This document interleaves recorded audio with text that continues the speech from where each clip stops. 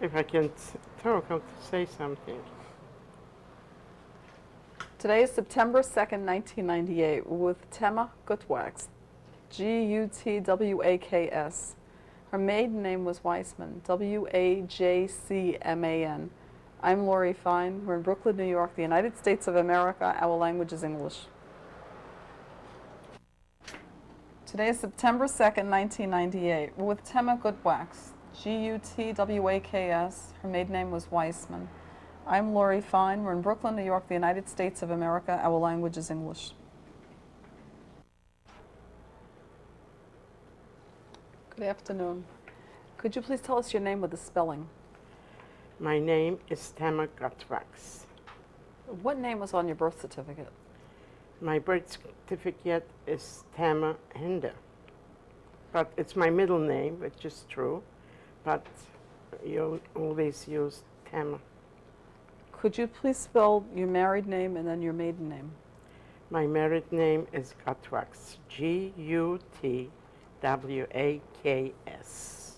And your maiden name? My maiden name is, excuse me, Weitzman, Wajcam,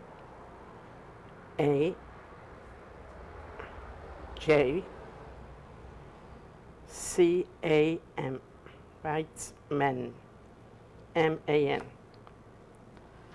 Were you ever known by any other names or nicknames?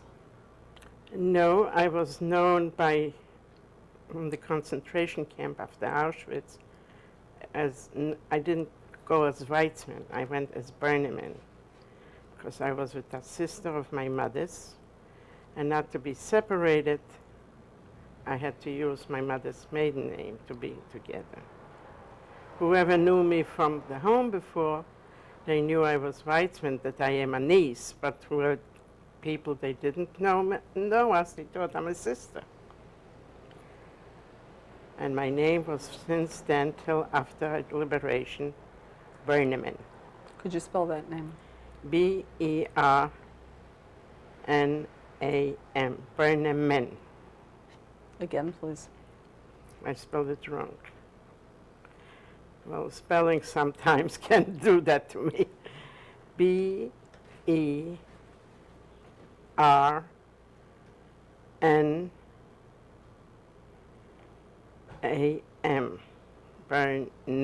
N-E-M-A-N.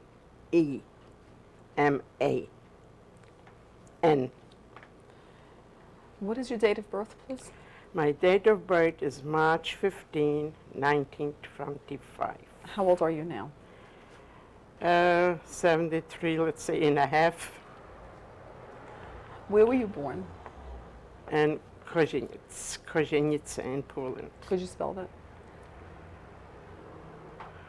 I wish I had something in my hand.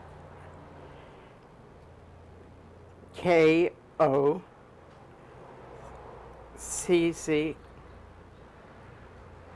not C-C. Yeah. I have to write it down. What was this near? That was between Warsaw and Radom. I'd like you to list your family members, starting with your father and mother, and then brothers and sisters. My father's name was Abraham. My mother's name was Edith. I was the oldest. My younger brother was Geel, and the other brother was Joel. Geel was 2 years younger than me, and Joel was 3 years younger than Geel. I'd like you to describe the family, starting with your father. My father was a very nice man and worked to support his family. What did he do? What work? To explain to you what he did of work, the whole town was usually, they worked shoemakers. My father had with a partner a factory that they made the top for the shoes. And till the war broke out and they had a factory, but still we dealt with leather, and they had to, it was very hard because the Germans took everything away. Nothing real. You were not allowed to do anything. Where was your father born? My father was from Radom. Exactly, I don't know, but I think he must have been either, I think 1900, or maybe a year before that. How did he dress? Casual. He was not Chassidish. But we had a kosher home, went to shul, brought the children up in with Jewish education. I don't think so that he had a big schooling, because in the beginning in 1900, there were not many schools around for the Jewish and so on. They used to, most of the time, used to go to Cheder. Did he go to Cheder? Yes, he knew how to daven, so he had to go to Cheder. But otherwise, other things, I don't know if he knew very well. He was talking Polish, which he learned like this, but schooling he didn't have much. Was he ever in the army? Yeah, For which army? the Polish army. How long was he in the army? I don't know. I'm not gonna say, I cannot put an amount of time on it. Because when the Second World War broke out, when the Germans came in, I was 14 years old. Did he belong to any organizations? My father, I don't know.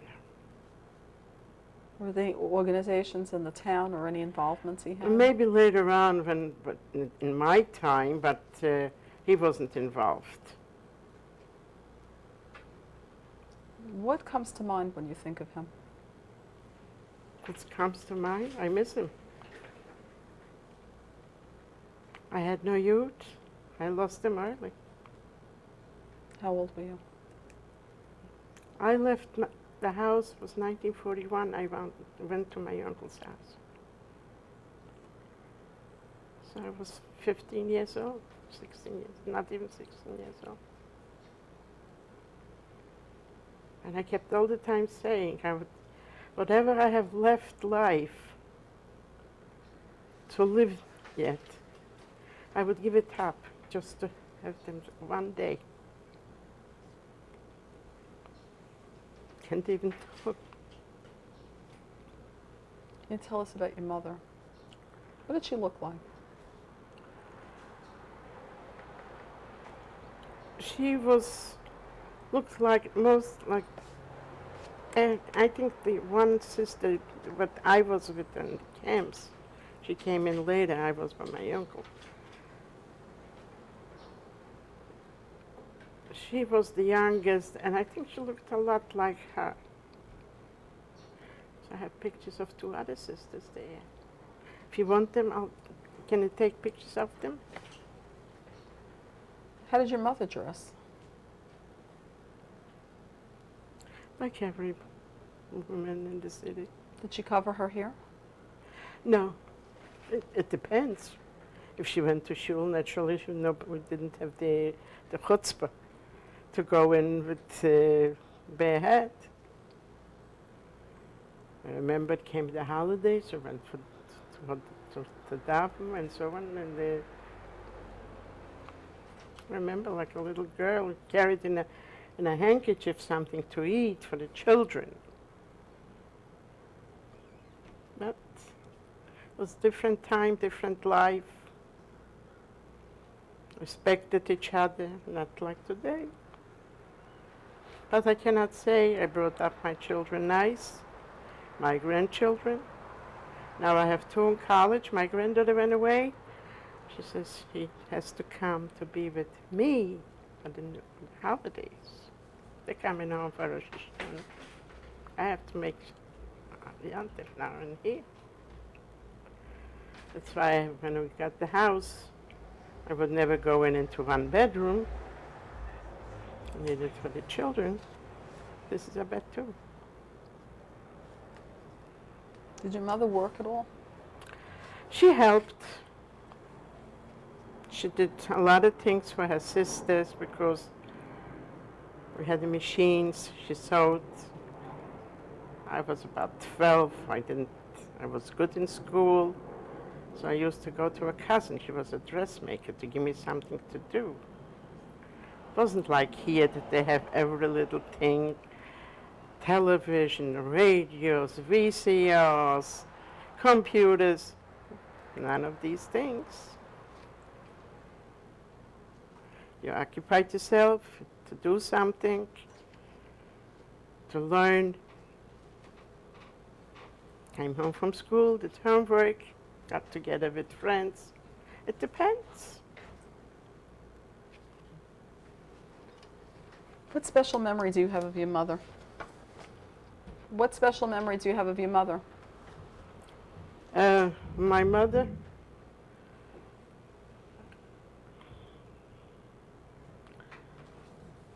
she was my life.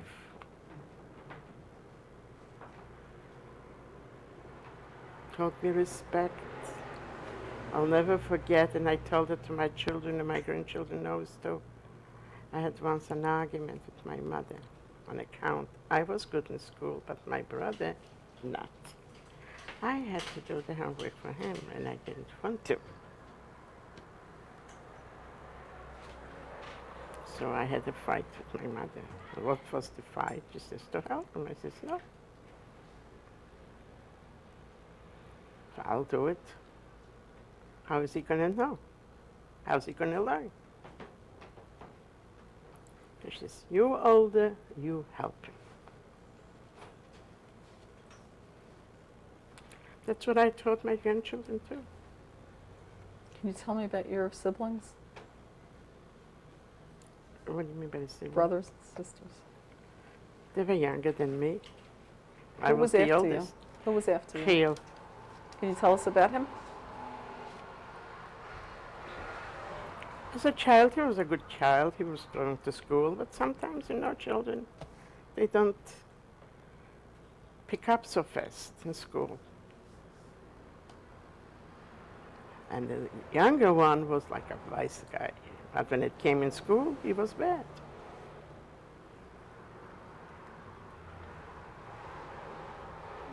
But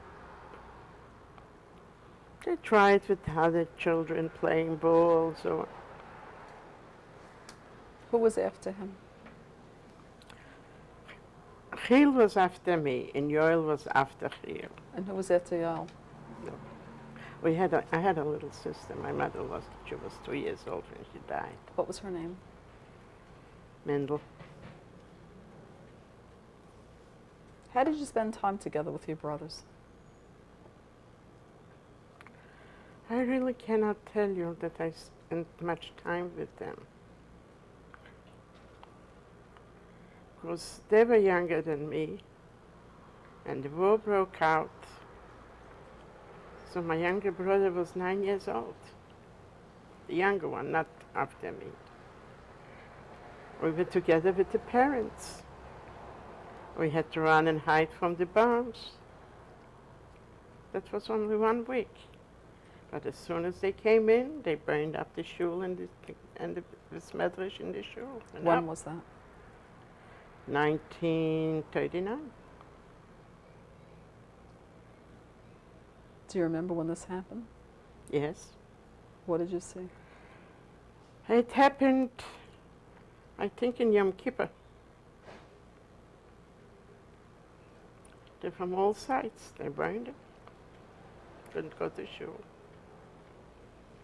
The 1st of September, the war broke out. And I think 2 weeks later was that year, the holidays. Do you remember any of your grandparents? My mother's father, I never knew. She was 15 or 16 years when her father died. My grandmother, my mother's mother, I remember vaguely because I was about 4 or 5 years old. I remember she was sick.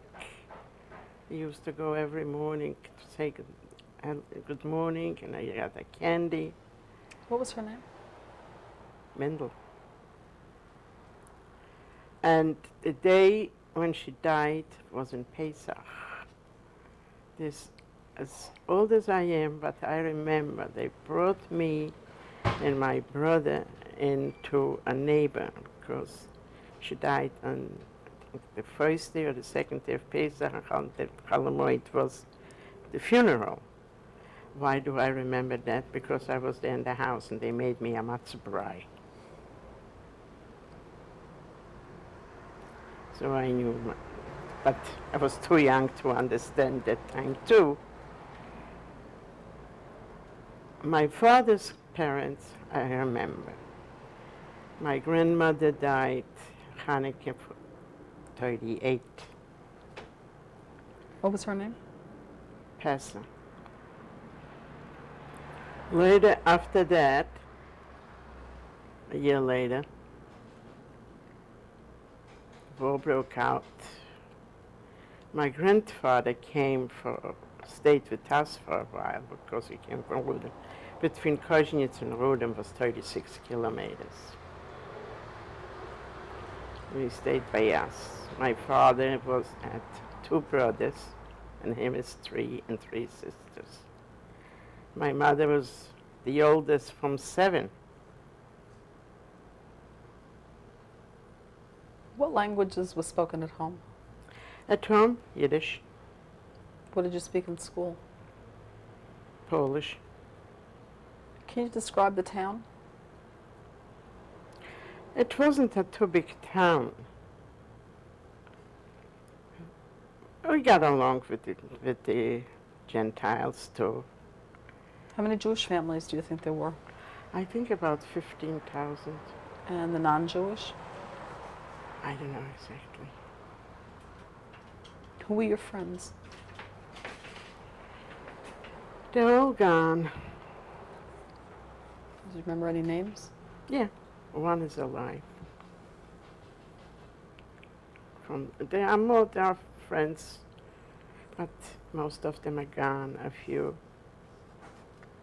I know the names. One is now lives in Pensioners and she's very sick.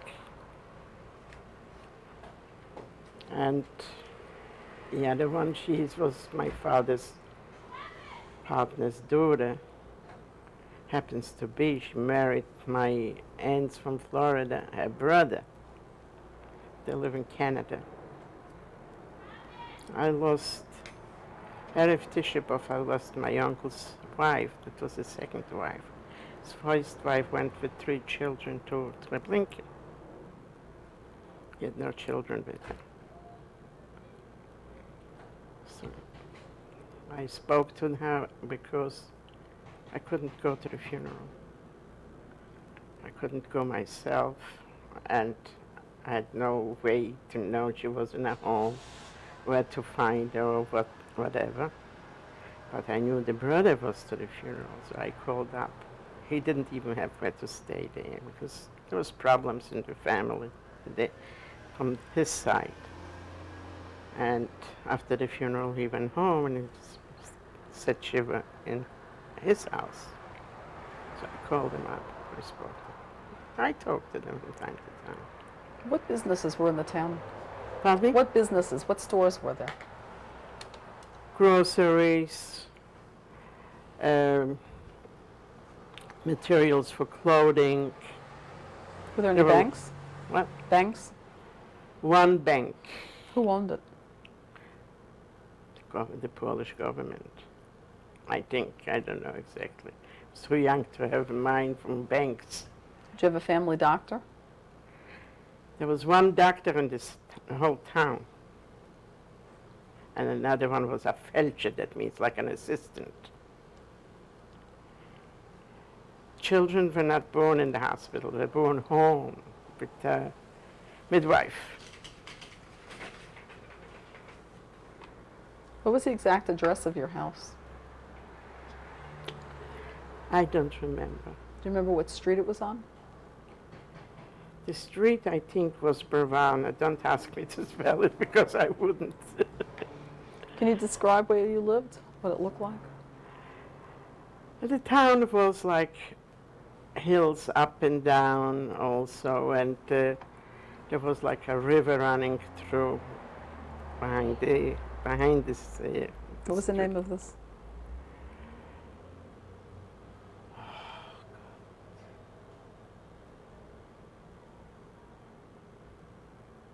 It's funny, I don't remember. I don't remember anymore. How was the river used? It wasn't deep. Did people fish there? No, there were no. There wasn't fish. They had behind it, behind the city, there were places that they grew up there. You know, like the fishery that they had.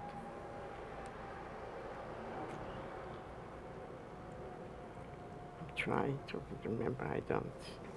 What does your house look like? We were living in a house full of families.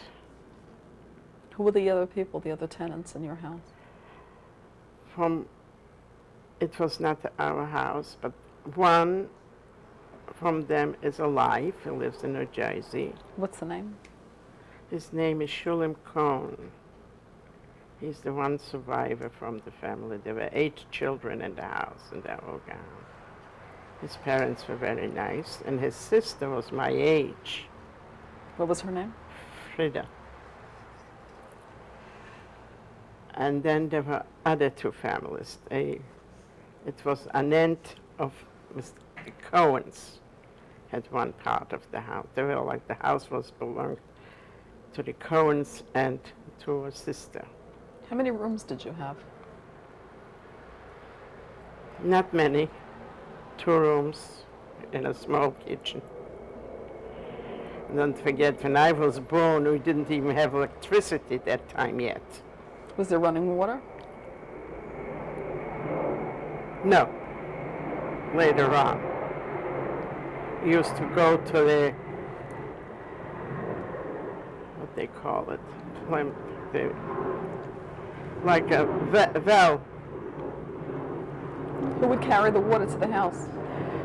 There was people that they did it, you know, for a living.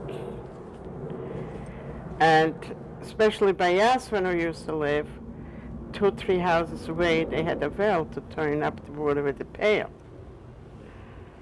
But when it came Pesach, we had to watch, I remember, to put a towel on the pail and to, because you couldn't trust in the Gentiles. So if you kept a kosher house, that's what you had to do. Can you describe Shabbos in your home? Shabbos in my home, I know when it came candle lighting, everything was put away, no working.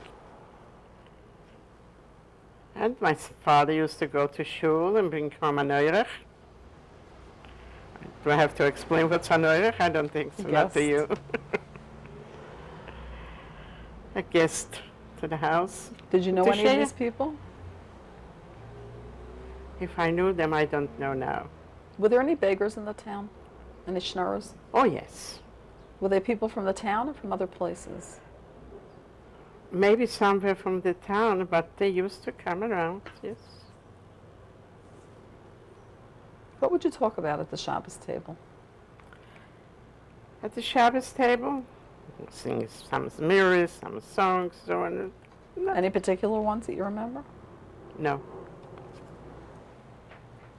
Did you have conversation around the table? Your parents, brothers? The usual, not special. Who would sing? Me. Did you have any company sing? I had, usually we were a group like friends and cousins. Came Saturday, you sat outside or inside and singing. Or when it comes summertime, we used to go, we had the woods. You know, like parks, the woods. Not really park, but there were the woods. What would you eat on Shabbos? Shabbos, we used to go fish, chicken, meat, home-baked challah, made it? cakes. My mother. I learned from my mother just watching. How many ropes were in the braid on the challah? 7. 6 or 7, my mother, I learned that. Now my grandchildren, only they go for my things. And finally my daughter had on the 16th of August, remember I told you, her anniversary, 25th, I made some cakes. My granddaughter, she ordered certain things she took care. So she ordered a cake. And she said, Grandma, you're going to make something. I made 3 cakes. The both cake, my daughter had to cut up and give them home. Mine disappeared. What kind did you make? I made a crumb apple blueberry. That's what they like. So my daughter's father-in-law, the next day, she wanted to give him, and the day before was his birthday, so they bought a cake for him. So he said to my granddaughter, to my daughter, he says, he doesn't want this. He made Tema's cake. So my daughter found in one pan there was on the round of some pieces. He says, that's all. What is that? My cousin was there too. They liked that cake too. I was in his house. I brought him once the cake. And he says to me, his daughter-in-law, they carried on. They liked the cake. Do you know the recipe? I'll do better. I have a piece. I'll give it to you. So I made the cake, and I brought him out there. It was enough. But when it came to the dessert, mine said, How did you prepare for Pesach at home? for Pesach at home, we used to go in the places where they had the bread. They made kosher the oven, and you went with your family and stayed and rolled out the matzah yourself before Pesach.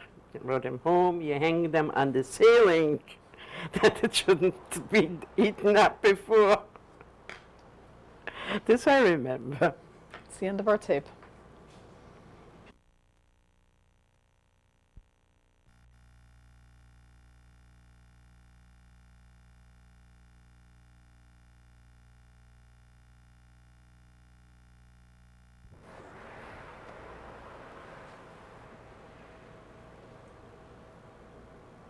This is tape 2 with Tema Gutwaks, and it's September 2nd, 1998. Do you remember Purim at home? Yes, I remember I used to put on masks and going from family and children, they used to get something. Did you bring any gifts to anyone from the Shalach Manos? I don't remember. You're going too far back for that. Here, yes, here I used to, when already I was married to my children. So we used to give Shalach Manos. Where did you go to school? Kozinets. What type of school was there? Like the public school, and then I used to go, when I came home from school, I used to go to Beis Yaakov. Who were your teachers there? Most of them were Polish. Remember the Once names? or twice, I don't remember their names. How many girls were in the school, do you think? It happens that in Kozinets we had 2 schools, one for boys and one for girls. Beis Yaakov, who was in your school? Beis Yaakov, I don't remember anyone that, except I think my cousin that was now in Florida, that she was going with me to Beis Yaakov. Her name is also Tema. What subjects did you learn in Beis Yaakov? Kedaven, Chumash,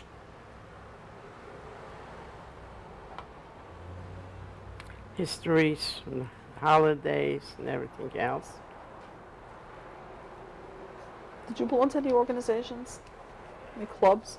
I did belong, but I was already, I think, 12, 13 years old, to Shomer HaTzair.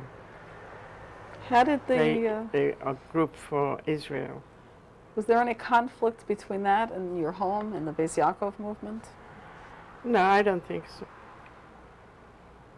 We went because, like teenagers, you try to have a little fun and be with your own groups.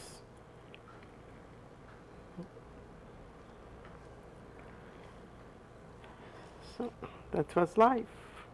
Koschnitz. Where did the family go to shul? They had like what they called Stiebler, and there was a shul and a bris medrash. And in war, the first thing when the Germans came in, they burned the big buildings. And naturally, they had to keep up later on with to make Stiebler, the group to get together and everything there. Where did your family daven? My father davened in the shul. Who was the Rav? We had in our town, there were the Rabbonim from the Hopsteins, if it's known to you. They were relatives, further relatives, with the Maggid. They were like great children from the Maggid. So there were two brothers. They never got along. And that's Rabbonim. Do you remember any overt anti-Semitism, any pogroms? I didn't witness them, but we know very well that they happened. How did you get news? I remember in later years when I was older already, not when I was very young. In 1932-33, we started to get electricity How was it used in your house? for light. But then also they came up with the radios and so on. So when the Germans came in, you could not have it. You had to give it away, give it back. Did your family have a radio then? My house was not, but I think at my uncle's house, it was my mother's uncle, my great uncle's house, the son had already, they bought. And also they used to get in magazines, I remember. I loved them all the time to look at it from the United States. What would you hear? I didn't hear much because that was already towards the war broke out. And I remember we had to bring him in a place to give it up. Because the Germans didn't want nobody to know what's going on in the world. What sort of reports were coming through? The way the war was going, the whole war, he took whole Poland in 3 weeks. Did you have people coming from other areas of Europe? Did anyone come as a refugee from Germany? Not that I know of. When did you first hear about the Nazis in Germany? The news started to come around about the Nazis in Germany in 1938 because all the Jews from Germany he chased out. Did you see any of them? No. But how did you hear about this? News went around. Did you believe the reports you were hearing? I was too young at that time to be involved in politics or things like that. I don't know. How did you spend the summer of 1939? 1939, there was already rumors going around that there's going to be a war. What did that mean to you?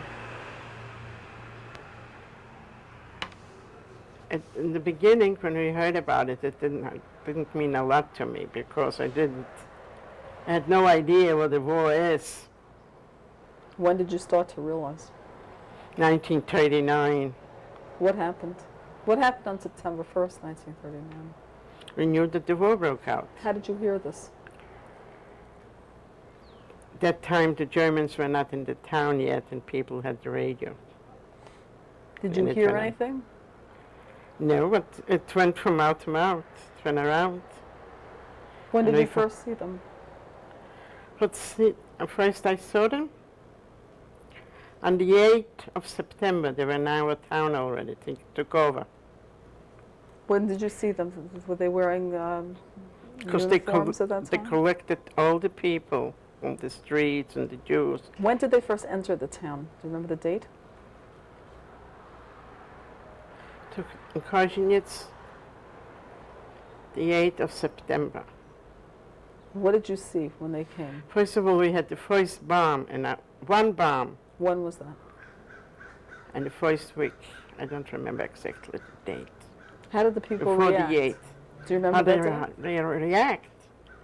It's a cousin to my cousin because we have two sides. There was one bomb that fell in the town, and it was in their house. What happened to the family? Family destroyed. A mother with 3 daughters, 22, 24, 26, and 2 boys died on the spot.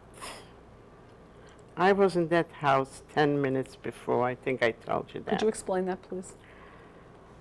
My aunt, which with my uncle I have survived, it was a relative to her, and they lived in Pionki.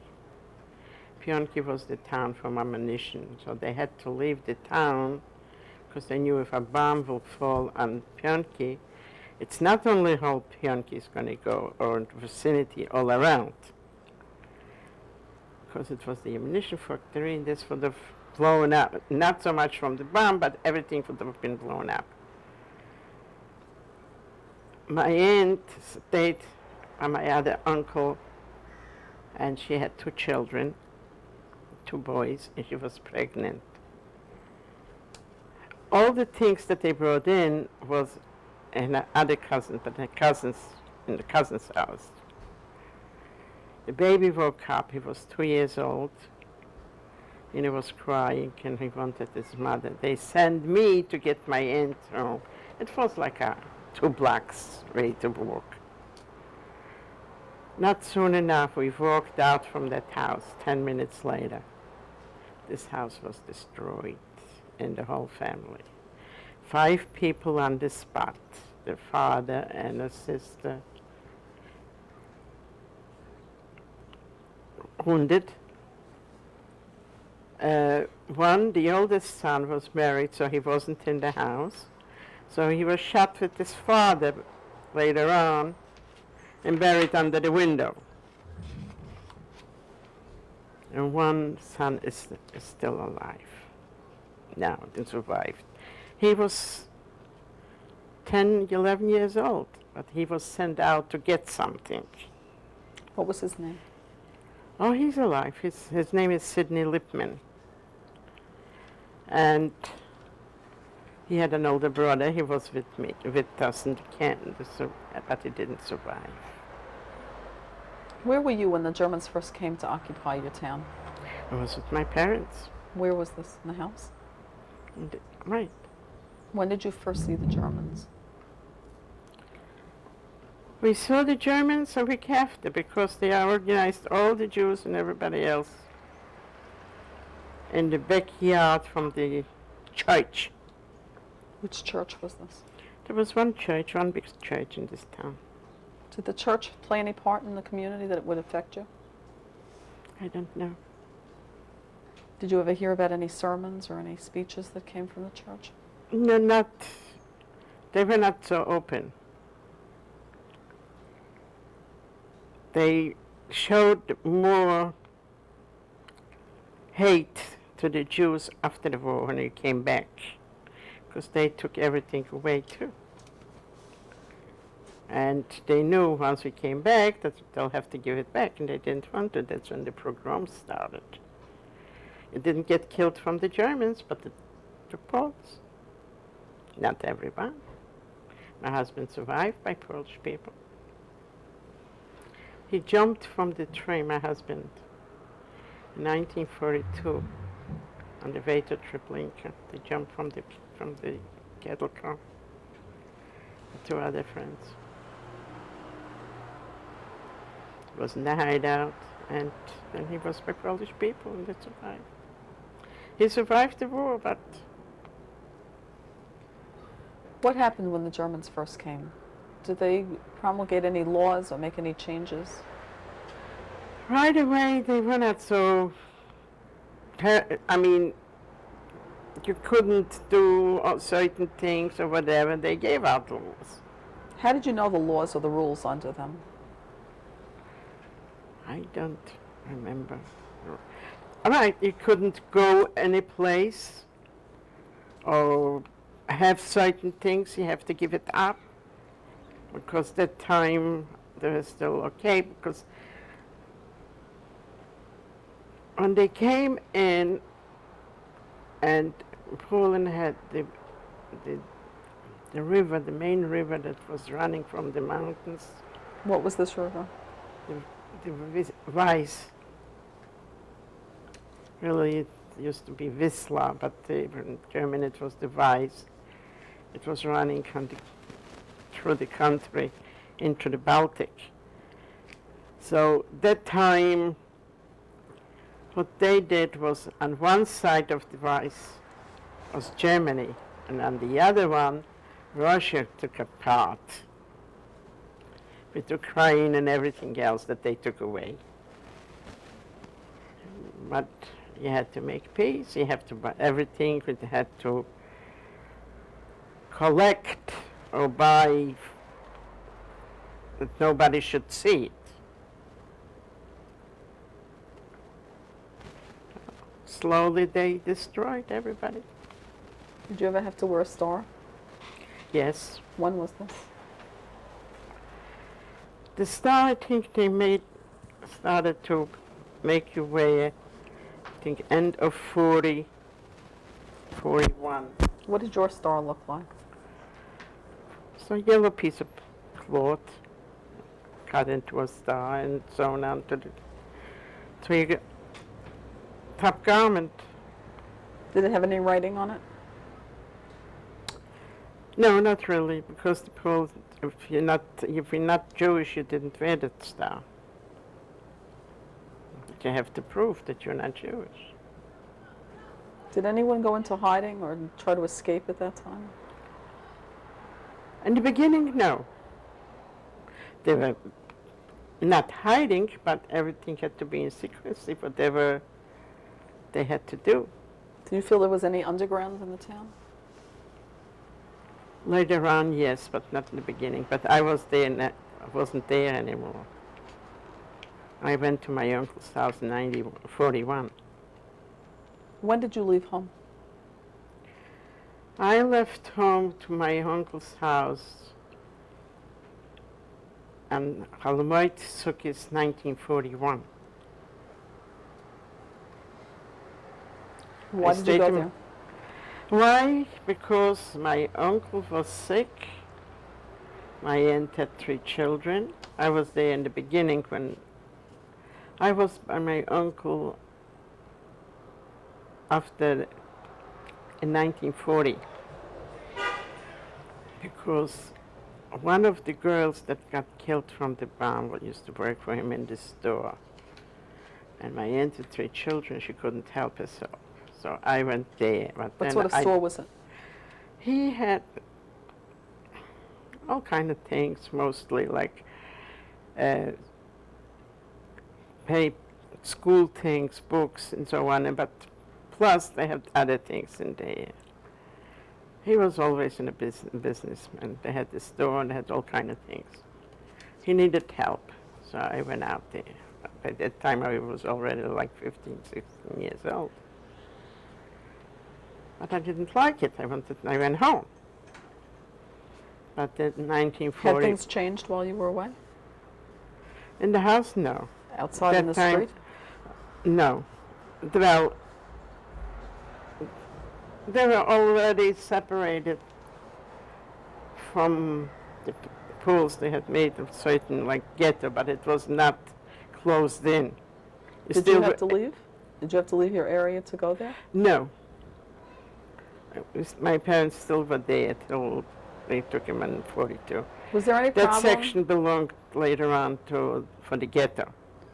Was there any problem for the Orthodox-looking Jews? Did they have it harder or different from the other Jews? No, didn't have it harder. It only with the Orthodox, being Orthodox, it was problem with the food. Was there any shechita? Was there any problem getting meat? Right. What about the men with beards? Were they having problems there? A lot of them did. What did they do about it? I remember things that they had pictures. They shaved them off, Who did the shaving? the Germans. Or if not, it was fun for them to put a match to it. Did you see this? No. What did you see? If a man were to walk in the street with his beard, was there any problem? Well, once they found out that there's a problem with the beard that they didn't like, to be safe and be alive, they shaved it off themselves. Did you have any contact with non-Jews in this time besides the Nazis? When I worked in Pionki, there were Polish people too that they worked. We had contact. Some of them tried to help. How? But they brought some bread, they sold it if you have some money yet. But what happened was that if you came in back into the camp, you were searched. Who patrolled the camp? The ghetto. The Germans, Were they inside the ghetto? they came in to check.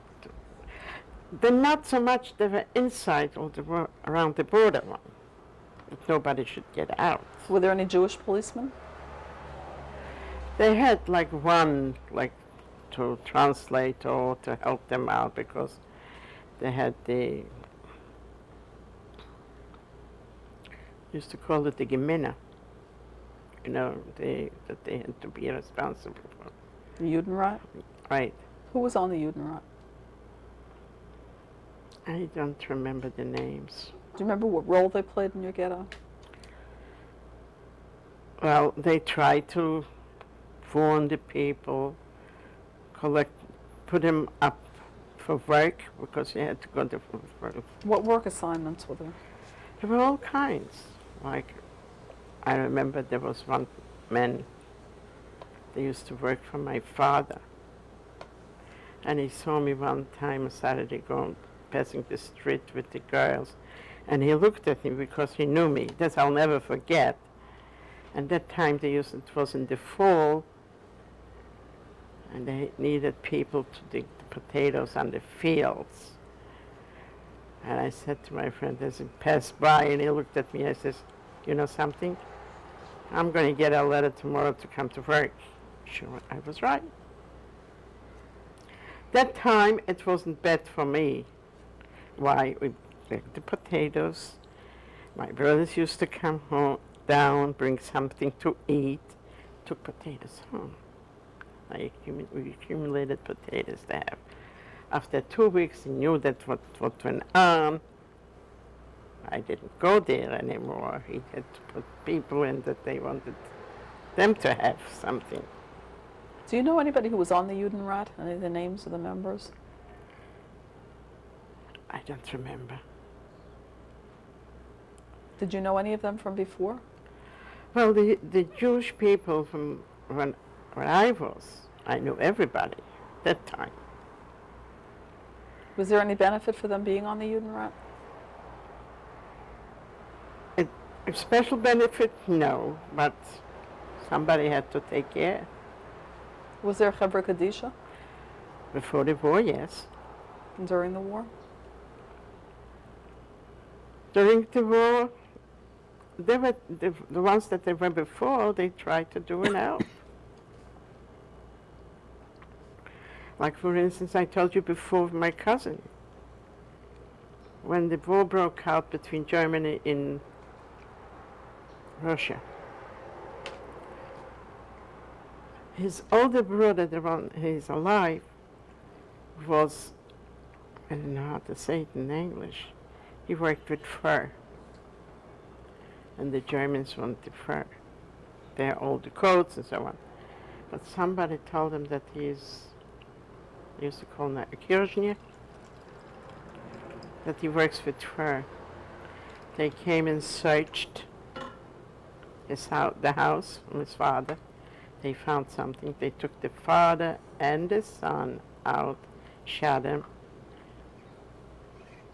People in the neighborhood had to dig a hole under the window, and that's where they were buried.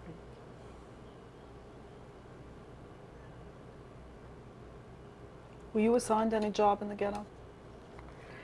No, in the beginning I was. What work? I went anything what they needed, like digging and with the potatoes in the wintertime and so on. And then later on I went to my uncle. I came back 1940, then I came back. And in 41, Sukkot 41, I left home. I went to my uncle. I never returned. I never saw my family anymore.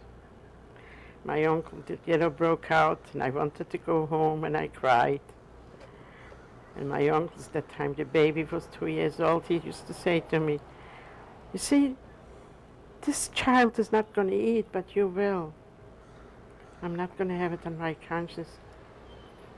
Let's say the war finishes tomorrow. They'll shoot you on the way home." And it was 18 kilometers to go home. He says, "You're going to go home? What am I going to tell my sister? I'll let you go." That's how I survived. When you were living in the ghetto, what was the living space like? Pionki was a very small town. It was one street, a long street, in the back of that city that they made the ghetto. It was easy to control. They came in, they went from house to house, and whoever was eligible to work, they took to work. Like, for instance, they came in my uncle's house, they took me, they took my uncle. They left my aunt, they left home with the 3 children. And that's how they did. They used to take us in the morning into the ammunition factory to work. They brought us home to sleep. What did you do in the ammunition factory? That time when we used to work back and forth, we used to clean the bricks from the buildings that they destroyed from the bombs. But later on, when they made the concentration camp in the place, we worked with the powder, with the ammunition. Factory was ammunition powder. Was there any sabotage? That was not sabotage. They had a lot of accidents. The machine got too hot, it blew up. What would cause it to get too hot? They had to use, the ammunition we worked with was from cotton. They made cotton with chemicals to make like sheets, and then they were cut and mixed with the graphite. I worked by the mixing machine. 2 flights up in the air. Any little spark, the whole building could have gone up. I never had a chance to escape. And I worked in the factory, in the ammunition factory, and they made the transports out to Treblinka, the ones that worked before in the ammunition factory did not go. That day I will never forget. I stayed home because I wanted to go with my aunt and the children, and I figured maybe I'll be able to be connected with my parents. They came in, the Germans. We used to go 180 some people every day to work in the ammunition factory. Naturally, they needed young people that they were able to do it. The old ones or the babies, they didn't want to. So they came in and they called my name and another girl, another woman, which is not related to me, but by strange coincidence, her second her name was also Weissman. Took her and I think another person that didn't go, that they didn't feel good, put us aside. So till the children started crying, this is what's going on. This is finally from the one from the police what they took care of everything, found out we've worked in the factory and we cannot go. They picked out some more people, rounded up to 200. And what happened when the people were rounded up? They picked out a few people to make it 200 even. The ones that they were in the factory didn't come home. They took us to the factory. The other ones, they took to Treblinka. How did you know where they went? We didn't. We found out later on from somebody that was escaping. It's the end of our tape.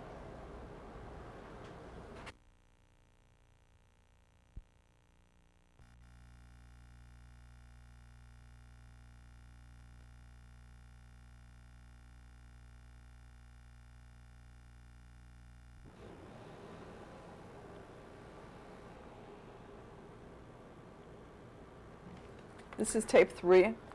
We're with Tema Gutwaks, and it's September 2nd, 1998. So what do you want with this? Could you explain the sequence of how long you stayed in the ghetto and where you went from there?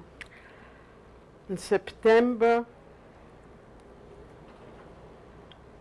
42, the ghetto was liquidated, and the people that used to work going to the factory and coming home were put into the barracks. The men separate barracks and the women separate barracks. How far were these barracks from where you had been in the ghetto? It was about a couple of kilometers. How did you reach it? Walked. They walked us. Who gave you the orders to leave? The German from the ghetto. The Germans. How did you know what happened to the other people? We did not know for a while, till from some other place they came and they said that they went to Treblinka and then nobody exists anymore. Did And you the ever know what that name meant? Did you know anything about Treblinka at that time? No. And the people that they went, what they took in the trains to take to Treblinka, they told them that they bringing them into a different place, that they're going to have it better than to be in the ghetto over there. How many people do you think went to Treblinka from your ghetto? Pionki didn't have many Jews. There were a few hundreds. I don't know exactly. How many do you think went on the train and how many to the barracks? To the barracks, we were 200 people when they opened up the concentration camp in Pionki in the barracks. And how many? But later on, a while later, they needed more people, and there were different towns that they had ghettos and so on. They had a committee that they used to go and pick up some strong people and brought them in. What was the age range of the people with you working? By that time, I was 1942. I was 17 years old. What about the other people? They were a little older. My uncle was older. My uncle was stayed there too. Were the people younger? Not much. How many people were you? They started out us with 200. By the time Male they and liquidated, yes, by the time they liquidated Pionki, when they had already the war with the Russians, Pionki camp had 4,000 people. But my uncle, should rest in peace, were the ones from the originals. How many original people were still there when the war was over? I don't know, not exactly. But don't forget, there were already Jewish people. Most of them were Jewish people that they brought into the camp. Even if they went to the neighborhood town or whatever, but I didn't know them, but still they were Jewish people. We were living with them. Could you describe the conditions in the barracks? We were on the bunk beds, from woods, from boards made. We didn't have mattresses. There wasn't the comfort. What did you wear? We still had my own clothes from home, but they didn't last long. They were tearing up. Did you get But, new clothes? Pardon me? Did you get any replacement clothing? No, we used to use our own clothes and wash them. But then when we got into Auschwitz, whatever you had in your possession, you put in one place, went in through one door to take a shower, came out through another door, never saw your things again. While you were in Pionki, in the barracks, Yeah. who was there with you? Did you have any friends? We had friends. Well, you couldn't do many, entertaining or whatever. That was out of the question. Who did you talk to? The people that we worked with. Who did you work with? Most of them are gone. What would you talk One about? time, I was with my uncle. He was working in a different building. I was in a different building. We saw each other when we came home, but we didn't stay together. Did anyone help you there? Was anybody kind to you? We were not kind to each other, to the women. Everybody who knew each other. How were you kind? There was nothing to say how you were kind. If you were able to talk to somebody, that's what... What would you talk about? I don't even remember what we talked about. What were the nights like? Terrible. You were under constant watch. You couldn't go, you couldn't do nothing, you couldn't buy nothing. Just come home, stay in the line for a little soup or a piece of bread. That was it. Tired. When you worked in the ammunition factory, worked with graphite, I came home, it was black. How did you clean yourself? With a little soap, what we used to get. And wash yourself off. Was there any leadership among the prisoners? No. Do you remember any mitzvahs that you were able to observe? There were no mitzvahs that you were able to observe. I remember one time, and that was already in Germany. We figured out, or somebody, there were older women too, that it was Erev Yom Kippur. I will never forget. She lit 2 matches to make a bracha for candles. Do you remember that Yom Kippur? That was in 1944. How did you observe that Yom Kippur? There was no observation. You had to go to work. Did you fast? We fasted practically every day. So you got the piece of bread, you said, hold on to it for later. Did anyone daven there? Yes. I remember there was one man, and he was married, and his wife was, but he was from Koschnitz. I remember them. What was his name? Freilich.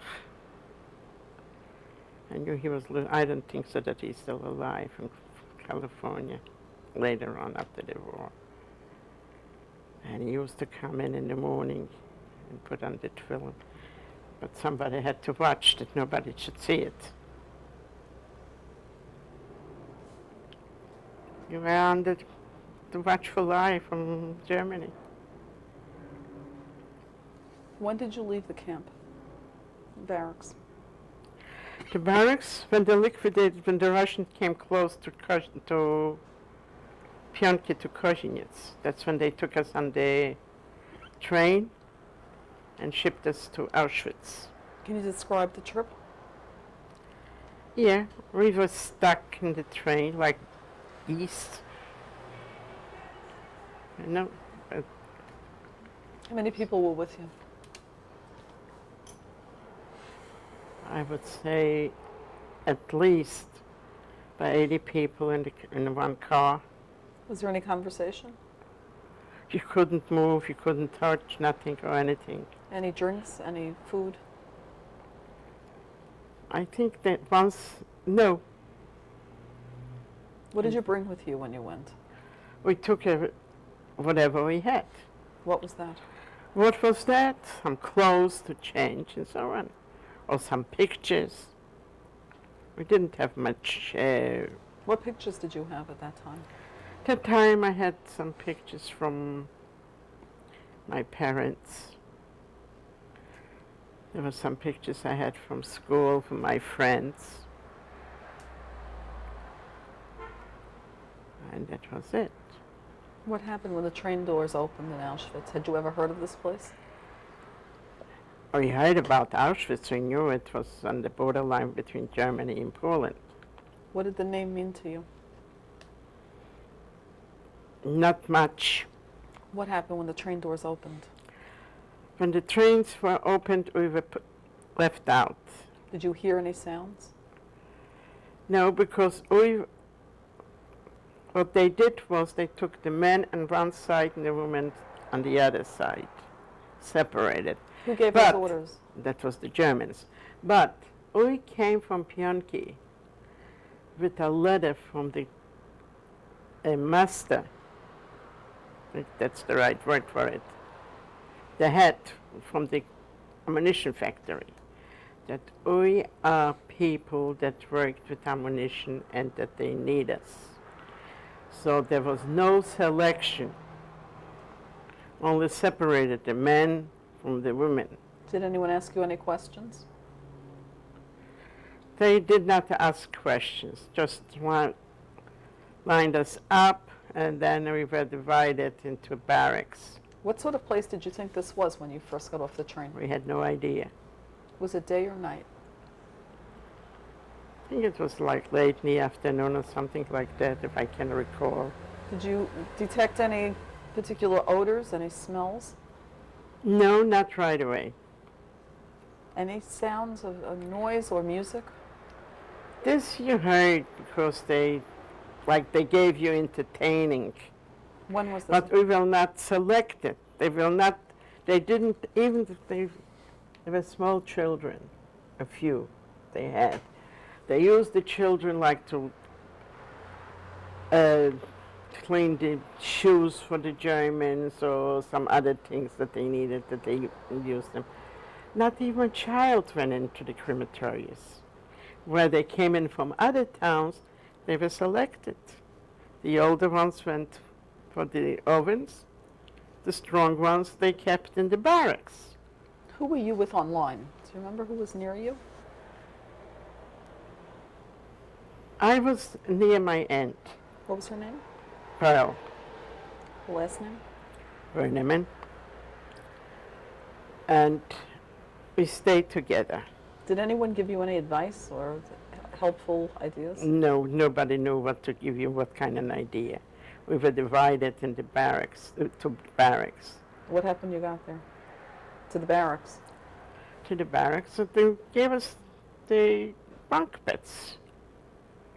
Nothing on them or whatever.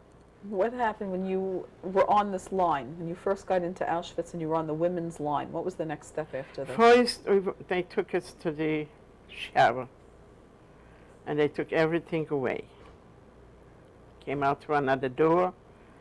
They threw you either a dress or something to put on. It was not yours. If you were tall, it came out short. If you were short, it came out long. And got us to the barracks. We did not work, only we were standing for our parents to be counted. A couple of days later, they didn't go by name because a lot of people had the same name. And also for the first time, we were closed in with electric wires. How did you know about that? They told us. Did you ever see people commit suicide against the wires? Once I saw hanging in Pyeonggi before we left. What was that? 3 times, 7 people. Because they came in from the factory, from work, and they had some bread or some food got from the Polish people. And that's why they were hanged. Did you know any of them? No, because by then we had 4,000 people in the factory that you couldn't know everybody. They were brought in people from whatever they could. Did the people have to watch the hangings? Yes. What was that? What happened? We came home from the night shift, went to go and lay down to have a couple of hours to sleep. They go out. Had to go out, stay online, and watch what they're doing for people that they don't obey the rules. First were 3. The second time, a couple of weeks later, was again 3. The last one was just towards the end. So as long as I'm going to live, I'll remember the words this man was screaming when they hanged him. Jeden nimmt ne Kummer. Could you translate that, please? That means revenge. Don't forget to take revenge. Was there any reaction among the inmates when they heard this? How? You were forced to stay and watch. What'd you do? You cry in silence. How long were the bodies left hanging?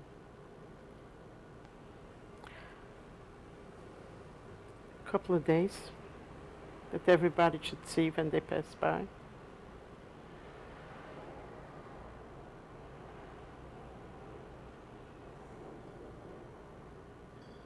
I remember one time living already in Brooklyn and on Avenue B. My son and my daughter woke me up. I was screaming. Nightmare. And I said, what happened? I said, Ma, you're screaming.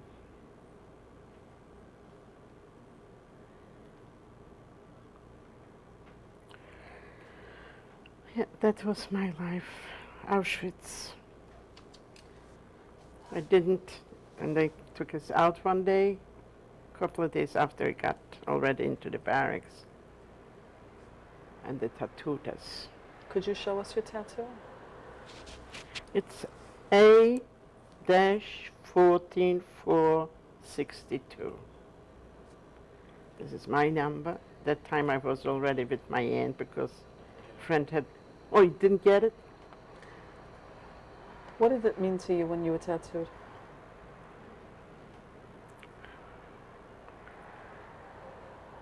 I cannot describe it. Our names were lost. We were going by number. Because a lot of people had the same name. They wanted to make it easy. If they had to punish somebody or whatever, they went by their number. My name is 62, the end. That's when my name was changed. My aunt, which was with me, my mother's sister, she went by her name. She is Berneman, which starts with B. I was Weissman with W. I was on the other end. When she was older, she didn't want to lose me. She took me in the front and registered me as a Berneman, which was my mother's maiden name. It was not her name, and it picked up from anybody else. Can you describe a typical day in Auschwitz? Typical day in Auschwitz was in the morning. We had to get up and stay. What time was that? 4 o'clock in the morning, and stay and wait till the SS came around to count you if nobody's missing. How long would that take? If they woke us up 4 o'clock, it must have taken like till around 8 or so when you're standing in one place. You have to go to the bathroom, you can't. You have to go to the bathroom when they tell you to go. What would happen if you couldn't wait? Well, you couldn't hold it. Then you let it go, and the whole amount from the barrack was punished. Stay on your knees, hold bricks in your hands. That was they called it a Strafappell. That in German means punished, under punishment. They forced us to drink a special tea, especially for the women. What was in this tea? I don't know what was in this tea exactly, but it had an effect that you didn't menstruate. When did you first feel the effect of this? You didn't get it. Did anyone? Maybe the first time before they started drinking, when you came in there. But that was the point. That was... How did the tea taste? I can't describe now the taste from it. We didn't like it, but we were forced to drink it.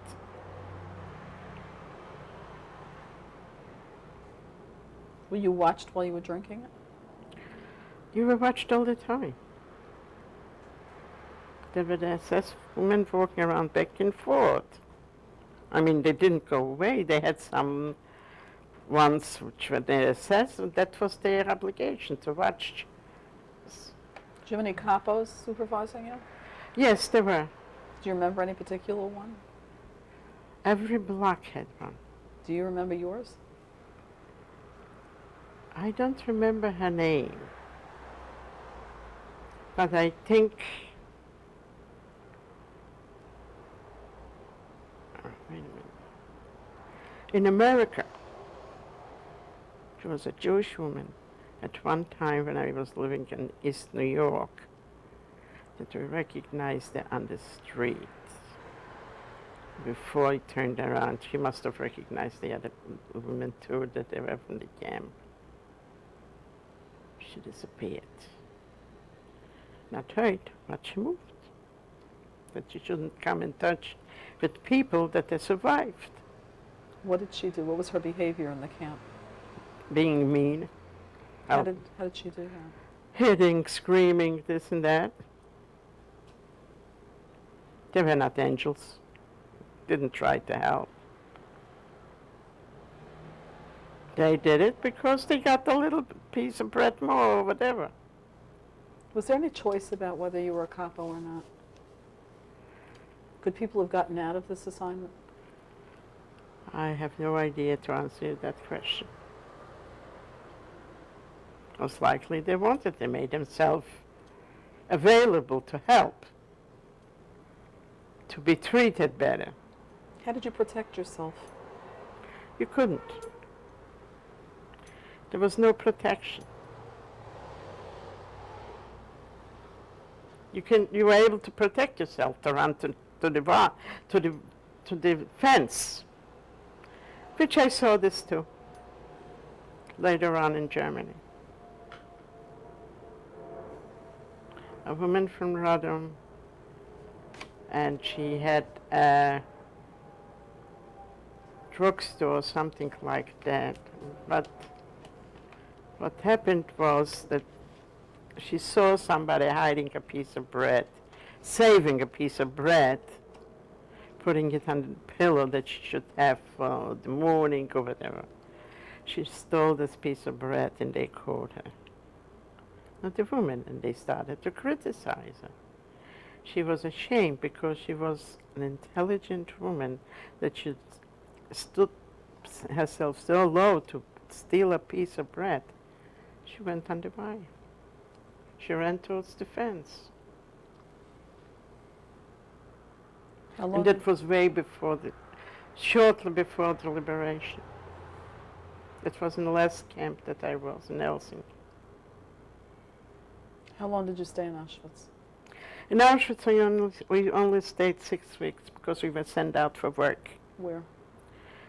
The first place we were sent from Auschwitz was Bamlitz. How did you get That's there? by Hana. They took us on the trains. Was this the same group you had started with from Vietnam? No, because when we started out, and it was not all of the black, we were examined already. Who examined you?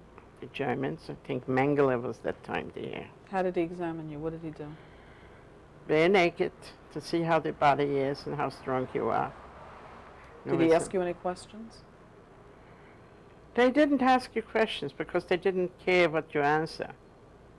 They knew if you were strong, you're healthy, that you're eligible to go. And at that time we were sent out to a women's camp. Only women. Where in Pyeonggi, till we got to Auschwitz, it was men and women. Even they were separated with sleeping with the barracks. But when we went after Auschwitz, everything was separate. And they brought in more women. They were like from Lodz, that is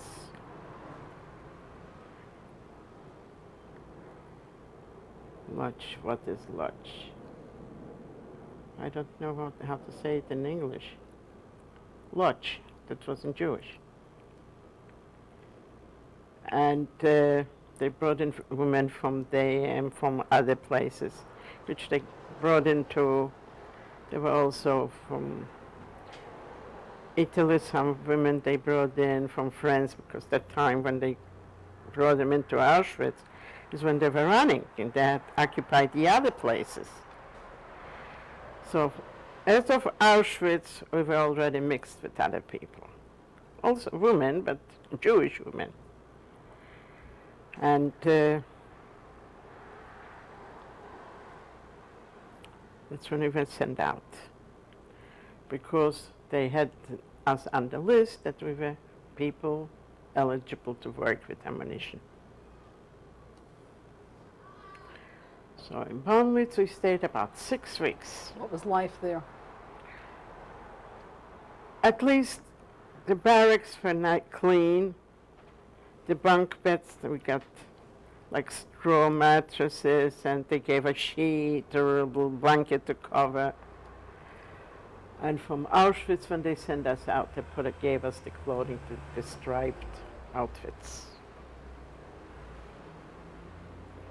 So they took away from us in Auschwitz during the day, all the other clothes, gave us the striped thing, outfits,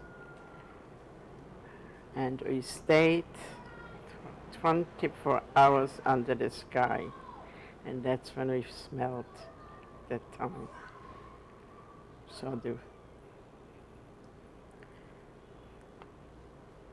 from the chimneys. This was the first time that you smelled it? The Did you have a flesh. question? Couldn't ask questions. When did you first realize what that was? And I knew that they're destroying everybody. Because they used to, like Treblinka or Auschwitz, they used to use Jewish people to work with the ovens. And if someone were able to and couldn't take it and escaped,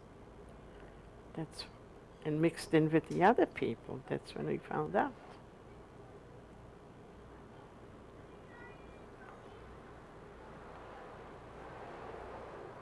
That's when we went to Bomblitz, but when we went... What were the conditions there?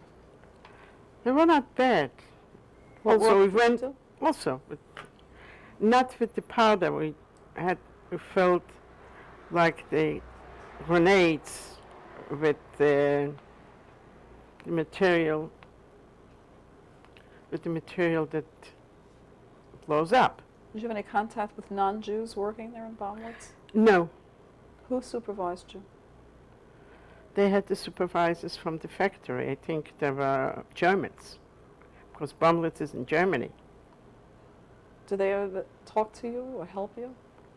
No, just ordered That's the end of our and tape. watched.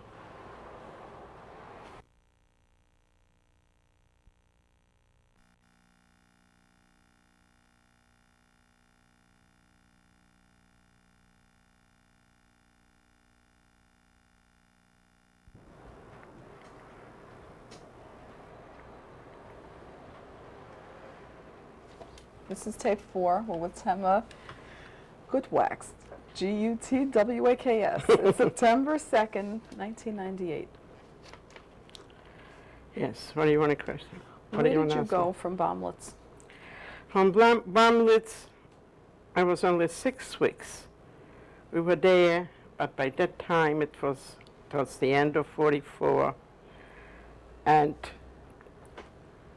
Russians, America, England, France were chasing the Germans out. How did you know? We knew because once they took us on a transport from one place to the other, and maybe somebody said something. Did you hear any signs of war or see any of the action? No. They always had a way of getting us out before it hits the place. They took us, we came home from work, they took us on the train 7 o'clock in the evening, 10 o'clock at night, the English were in there. Did you see them? No, at night, we were already on the trains out. From Bomlitz, they took us to Bergen-Belsen. How did this camp compare to the others? This camp was a heck. They didn't have the barracks yet. We were living in tents. But the food was good. What did you get? That time it was in the fall. They had all kind of things from the fields. They fed us. We were only 2 weeks in Bomlitz. And I'm sorry, not in Bomlitz, in Bergen-Belsen. What was 2 your weeks, maybe physical 3. condition by that time? Pardon What me? was your physical condition by that time? Physical condition, we were already like run down. Who were you with? Did you have any friends or relatives with you at that I time? had my aunt with me. I was with my aunt all the time. And we went to Bergen-Belsen. Bergen-Belsen, we were about 2 weeks, or maybe another couple of days. I don't remember exactly, not more than that. And we were transferred like to be an Außenkommando from Buchenwald. And we were sent to Elsing, and that's in the vicinity near Leipzig. That over there, we worked also with ammunition, with grenades. What did you do? Well, I was in the transport to transport the boxes with the grenades from one place to another over shipment and so on. Who did you work with? With the women, but they were there. Did you ever talk while you were working? Not much, but you were always under the supervision from the Germans. What Germans were they? Were they wearing We had uniforms? SS, yes.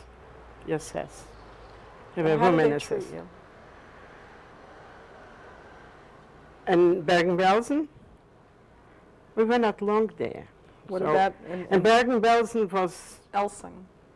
Elsing. Elsing, we had the place where to sleep.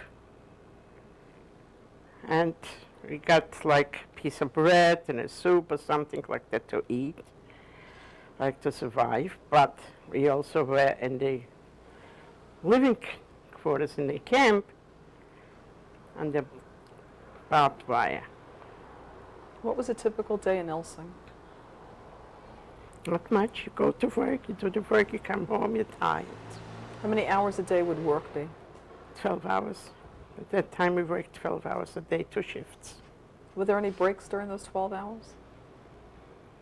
Not really.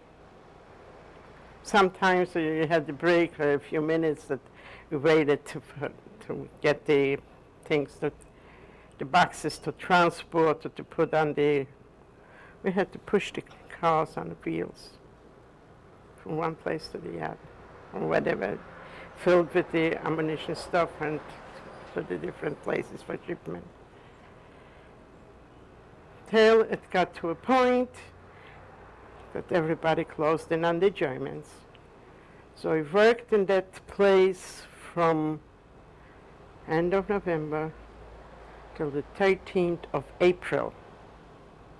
I make it exact. And they took us out because the war was coming very close towards Berlin. We belonged to Buchenwald, so they tried to get information or notice where to take us. But they had to take us, the bridge was up. How did you know? They couldn't, that's what they was telling us, that we stayed in, we went so far till Potsdam How did you get there? in the train.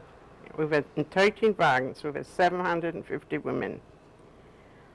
They put us in 13 wagons. Were you given anything to take with you for the trip? No, Did you have any idea where you were going? no. But we knew that it's already towards the end. Once we heard already. Did people No, die it's- in Elsing? I think one person died. She was a very sick woman. And one was also, I remember they said that she was living with her. This is this rumor. Was there any She medical was- care? She didn't dare. She gave what she had, either she was raped or wanted. The minute the baby was born, they killed it. How did you know about this? We knew it because I knew the person who had it. You heard the baby cry. In 10 minutes later, it's quiet. 5 minutes later, not even that. Happened in the barrack, we heard it. So we were older women and we put us in 13 wagons. I can't forget, it was the 13th of April, 13 wagons. Did you have any war news in that time? Did you have any idea about what was actually happening? No. Finally, we stayed in these wagons. They opened up one time during the day and let us out for a few minutes. What happened when you were out? But they put us in a position that what happened, we had no way of escaping. On one side, there were canisters, the big canisters on the train with gasoline or whatever, fluid. On the other side were wagons with ammunition, grenades and so on for the war. They put us in the middle. Potsdam, we were told, had a track from the train, 38 pairs of tracks. It was a big place. And we stayed there till the 20th of April. That's when we heard the alarm go off. They pushed us in the we were out when the alarm that Where were something you is out? happening. Where was? Near the tracks? We were on the tracks. When you were allowed out of the cars, where were you? Standing around the For how long? 10 minutes, 15 minutes. How long had you been on that train? We were on the train from the 13th till the 20th. Did you have any food in that week? They gave us a piece of bread or something during the day. That's when they opened up the door. What about The bathroom doors. facilities? We had a pail. Any water? Drinks? I think they might have, I don't remember exactly what they were feeding us or whatever. And on the 20th of April, all of a sudden we heard the alarm go off, that something is happening. And you heard, we were pushed in back in the wagons, locked up. The assessment, the guard, they ran away, and they're hiding in the bunkers. And we stayed in the cars. But the cars didn't stay still. America, England, France, and Russia gave Hitler a birthday present. to break up the train and everything else. And naturally they hit. They hit the ammunition, they hit the wagons.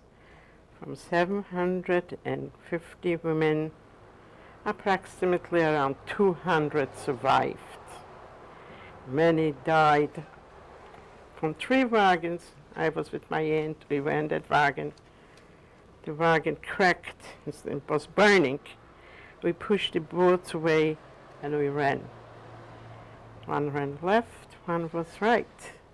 Many died from the ammunition on the tracks, not only from the wagons. I lost my aunt that time. We lost each other. I was with my cousin and with other friends, Stagand and Atia. And one side, my aunt turned on the other side. And then we went hideout till about around 28th of April for a week. And all of a sudden we saw Russian military. That's when we realized that the war is over there, finished. And it was next week, a week after, it means that was the 28th. And on the 8th of May was signed, the war is over. How did you spend the 20th to the 28th? In the hideout. Where? Germans usually they ran away because they knew they were afraid towards the end. We were going from house to house and looking for something to eat or whatever. Or some clothing. We had the stripes. We tried to get rid of the stripes, that we should be like people, that we shouldn't be hurt. Then we had to hide ourselves from the Russians. Could you explain that? For reason to be raped. How did you know about this? They knew. They knew because they were running after the girls and hiding. I mean, there was whomever they caught. Lucky I was with an older woman and so on, and she tried to protect me and the other ones, but not everybody was lucky.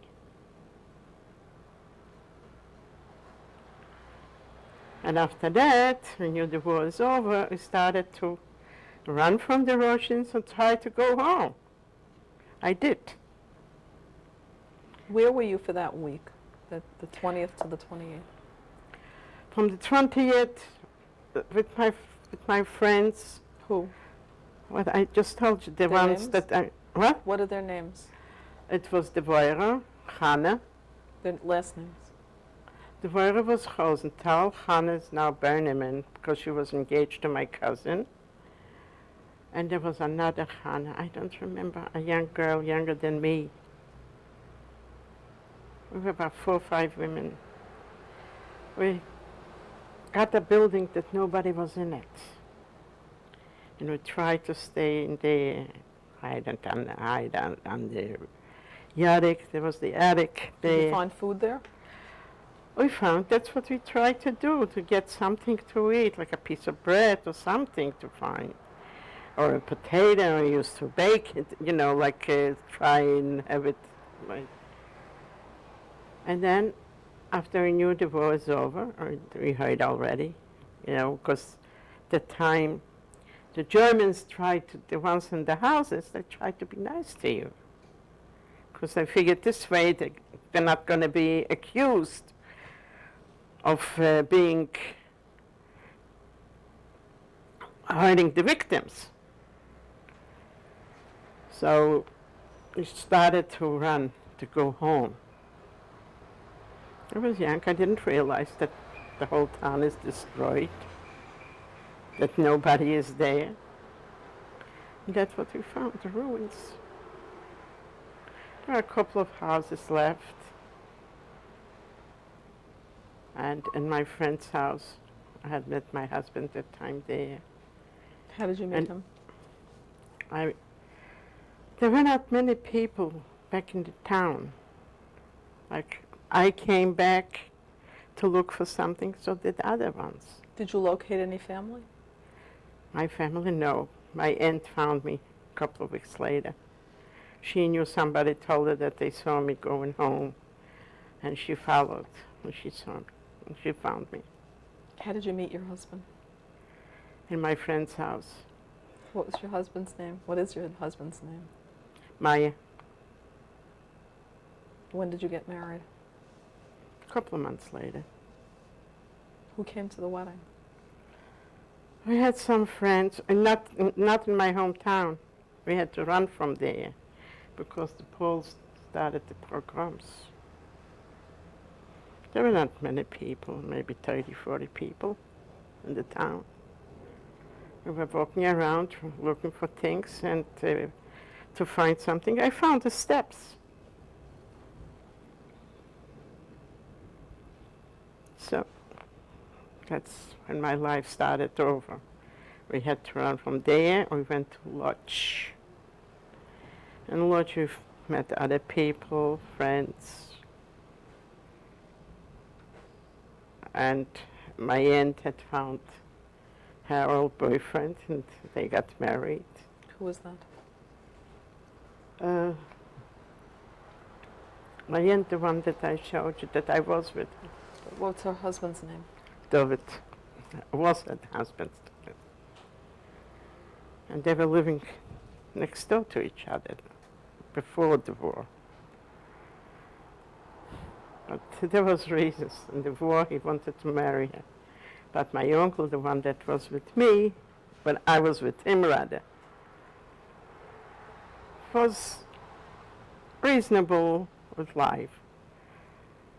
He wanted, he should give her some money for a dowry that was in the war. She says, either you want me or you want the money. She didn't want to marry him. And they met after the war. He says, no, I'm not letting you go. I don't want no money. They got married a month before me. They got married and we went to Lodge. And then we realized it's no life anymore in Poland. And we got here, we heard already, that time we had already news that to go back to Germany. Because there was the UGA, the DEP camps that they helped the people that they survived. And we wound up in Stuttgart. I was married already. I went with my husband. And my uncle, my aunt and uncle too. And other friends. What was your religious level at that point?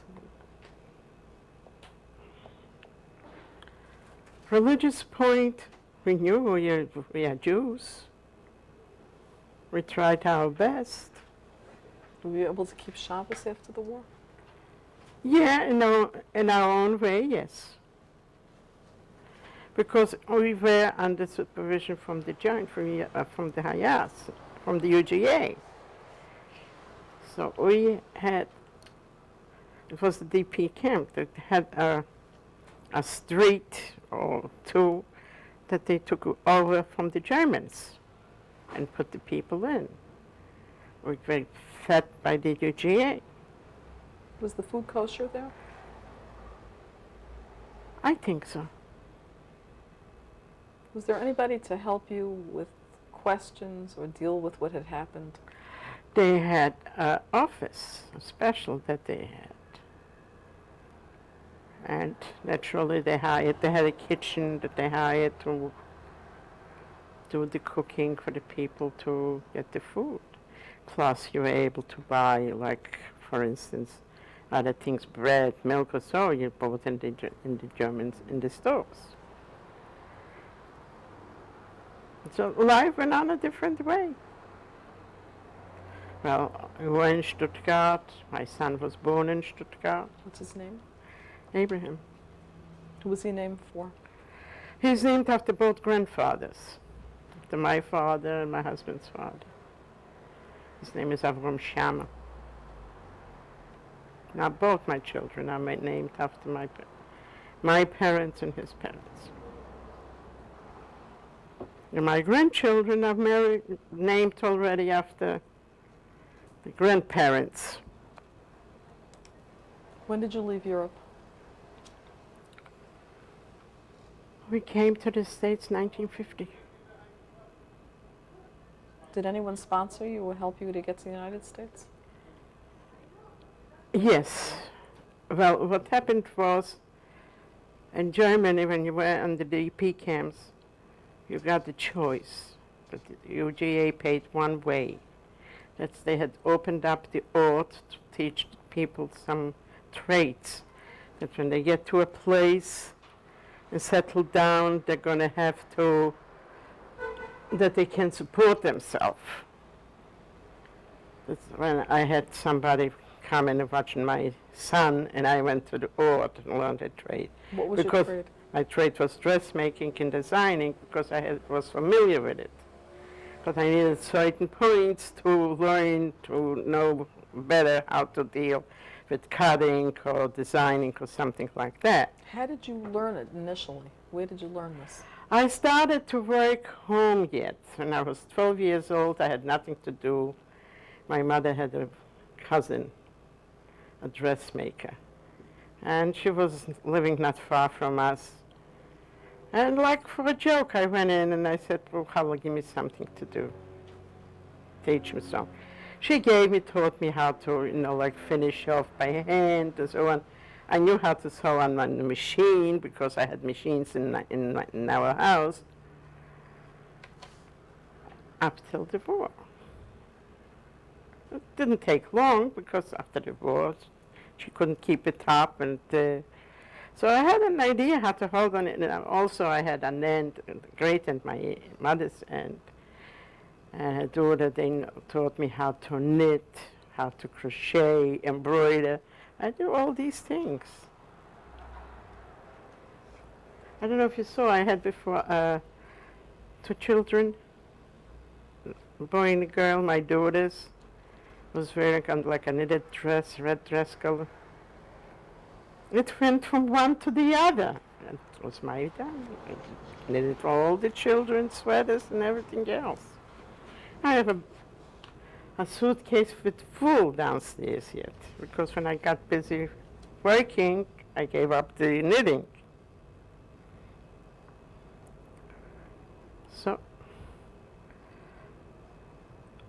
So what happened was my husband didn't want to go to America first. He wanted to go to Israel. We had cousins there. Then a cousin had written us letters. Buy this, buy that, send me this, and take this, take that. And we realized, and finally, all of a sudden, we sent everything away because my son was sick and we couldn't go right away. This is the boxes will get to Israel, and by the time I'll be able to go, I'll fly in and everything will be there. When the boxes came into Israel, he wrote us a letter. Send me a power of attorney. I'll take the boxes out. Pretend that with money and things you're not born, that it went down the ocean. My husband realized what he meant. And I had given away my DP card and I was registered to go to Israel. So finally my husband said no. He left me with my son. He was 3.5 years old at that time.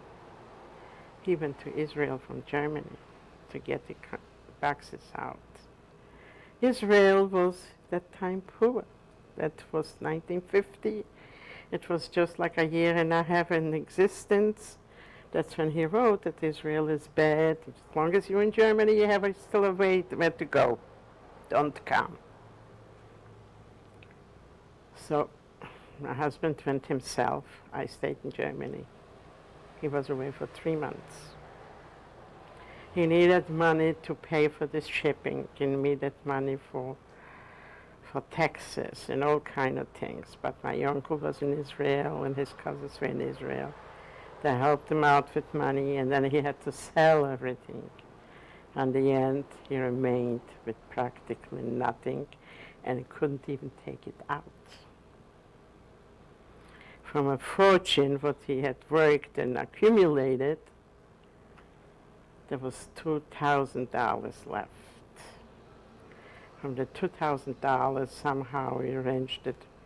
Somebody got the money from my uncle in Israel, and I paid here 6% to pay me out. But I came from Germany with $70 in my pocket with a child for 4 years. And I struggled. But finally he got back the card. That's what helped me. But by then, the time had elapsed, and I needed a sponsor. But I have 2 cousins here, a sister and a brother, and they were together all the time. The sister's husband had here family. He remembered the name and everything. They came to the United States in the beginning of '47. My aunt was already in America, but she was in Texas. So when my husband got the letter that time from my cousin, he says, I should write to my aunt to send us an affidavit. I didn't want, I fought with my husband. I says, you wanted Israel. You cook the kasher, you eat it.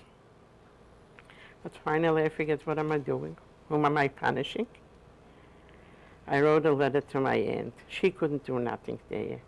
But the cousins were here in New York. Before I had announced her that she cannot do nothing, I got the affidavit to come to the States. Who would sign the affidavit?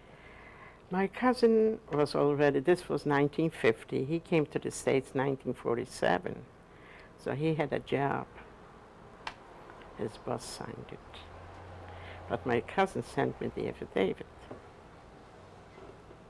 That's how I came.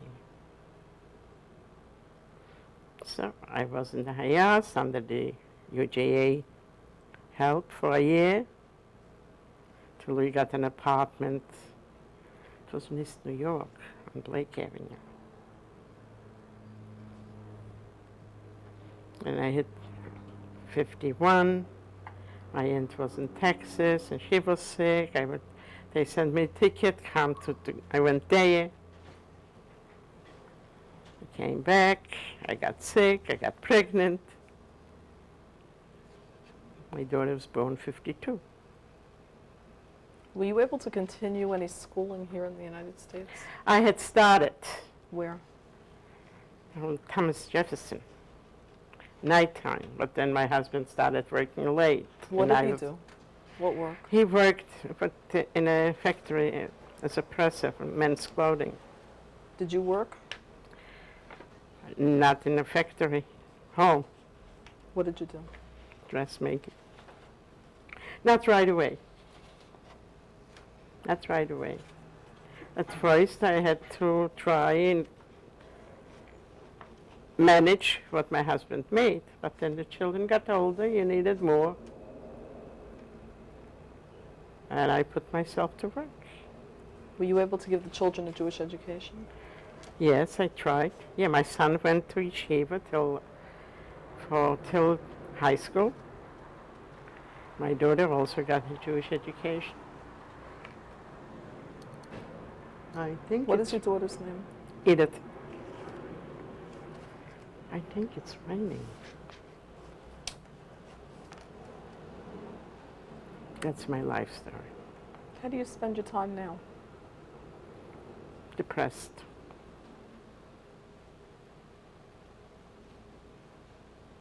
Maybe if my husband would be healthy, it would have been different. He was in 1950 in Israel. And then he wanted to go again, or with me. Was the rain this way or the other way? Then he wanted to go to Israel. I didn't want to go. Because I knew he wanted to be with the family, and I said no. It's the end of our tape.